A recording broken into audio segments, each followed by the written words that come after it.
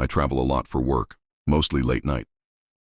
Check-ins at low-budget motels that all feel the same. Same humming vending machine, same stale carpet, same overworked desk clerk barely looking up when I walk in. So I wasn't surprised when the Blue Pines Inn felt just as forgettable. What did surprise me was the way they handed me the key. The man behind the desk, pale, glassy-eyed, with a stare that went too far, slid over a tarnished metal key. "Room 5, he said. "Second on the left." Then he paused and added flatly, "Don't ask about room 6. No smile, no wink. Just a rule." The hallway was short. Room 5 on the left, room 7 on the right. In between there was a door. No number, no handle. Just a keyhole. The air near it was cold. The kind of cold that sinks into your spine. That night I fell asleep with the TV on.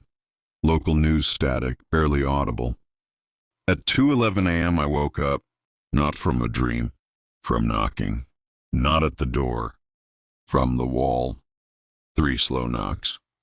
Then silence. I held my breath, staring at the door with no number. My room shared that wall. I turned on the bedside lamp. The knocking stopped. The next morning, curiosity got the better of me. I asked the front desk guy again, "Is room 6 like under renovation or something?" He didn't look up, just whispered like it was a confession. "Room 6 checks people in, but it doesn't check them out." Then louder, almost annoyed, "Don't go near it." That night I stayed up, watching, waiting. At 3:03 a.m. I heard a click. I peeked through the peephole. The door with no number was open. Not wide, just enough to see blackness beyond. Thick black like the dark had weight and movement. Eyes. Dozens of them, all blinking at different speeds, floating in the dark like fish in deep water. Then came a voice. It wasn't a whisper. It was my voice. "You forgot to check out." I slammed my door shut and shoved a chair against it. Didn't sleep. Didn't move. I left before sunrise. But when I passed that hallway one last time, room 6 was gone. No door, just wallpaper. But now room 5, my room, had no number plate either. Like I'd been erased or traded. That was 3 months ago. Since then, I hear knocking sometimes. In hotel walls, in my apartment, even in my car. Always at 2:11 a.m. I haven't slept through the night since. And wherever I go, I check the hallway twice. Because if there's a room 6, I'm not going in. But I don't think it matters. I think it's already following me. In omens, or spirits, or curses. But I can't ignore what's been happening every night at 4:44 a.m. It started 2 weeks ago. I was working late, programming freelance apps, running on caffeine and bad sleep, when I heard a knock at my apartment door.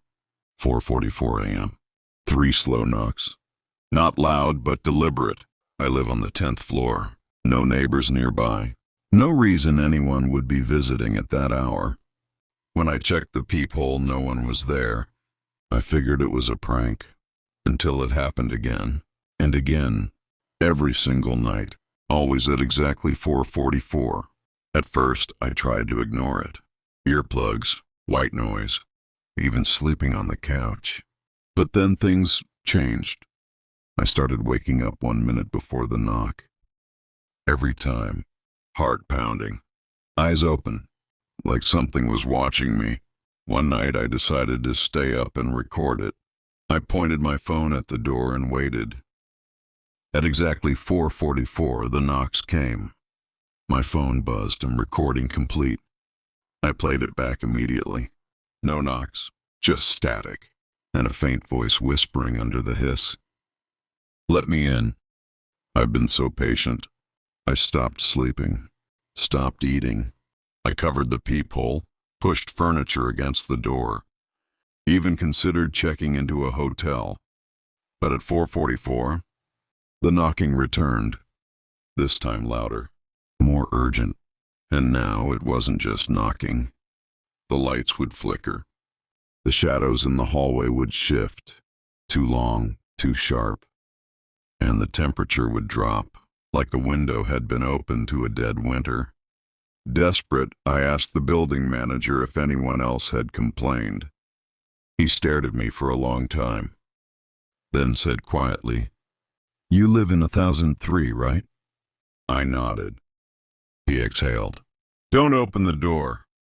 That's all he said, then walked away. Last night was the worst. At 4:44, the knocking didn't stop after 3 times. It kept going, over and over, like someone knew I was listening. Then the door handle moved. It started to turn. I backed away, my phone in hand, shaking. Suddenly, the knocking stopped. I looked at the door. There was a shadow under it, and a voice, my own voice, whispered from the other side. "You already opened it. You just don't remember. Now it's 4:40 a.m. I don't know what happens if I stay, but I know what happens if I leave. Because I saw something on the mirror tonight. Something I didn't write. A countdown. 000. One more knock. And then you're mine."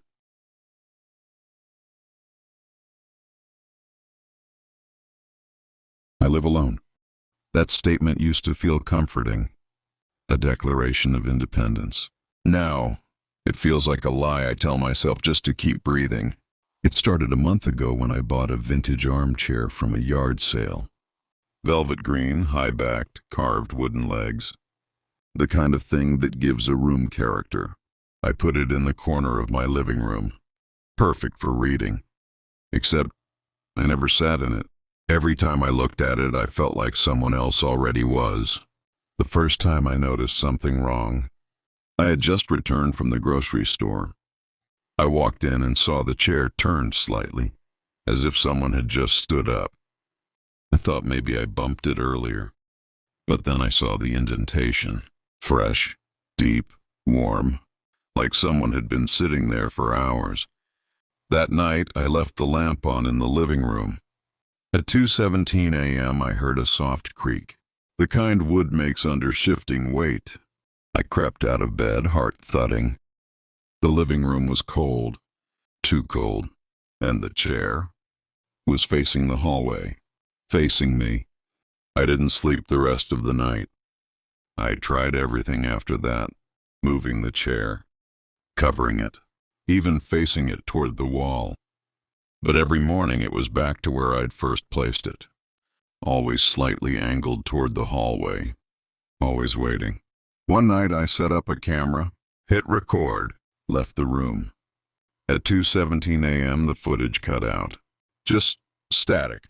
But right before the distortion, for a single frame, something flickered on screen. A figure.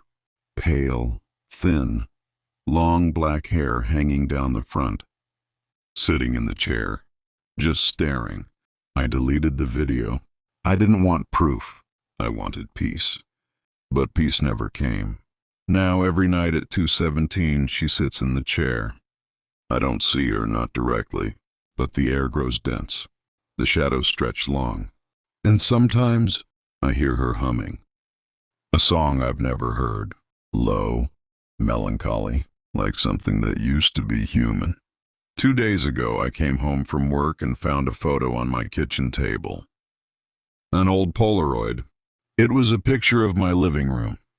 Same lighting, same furniture. But in the corner, she was sitting in the chair, and she was looking directly at the camera. Last night I dreamed I woke up. She was standing over me, leaning down. Her voice was wet and broken. "You brought me home. Now sit. It's your turn." I woke up on the floor this morning. My bed undisturbed, and the chair empty again, but only because I'd been in it. And the cushion was still warm,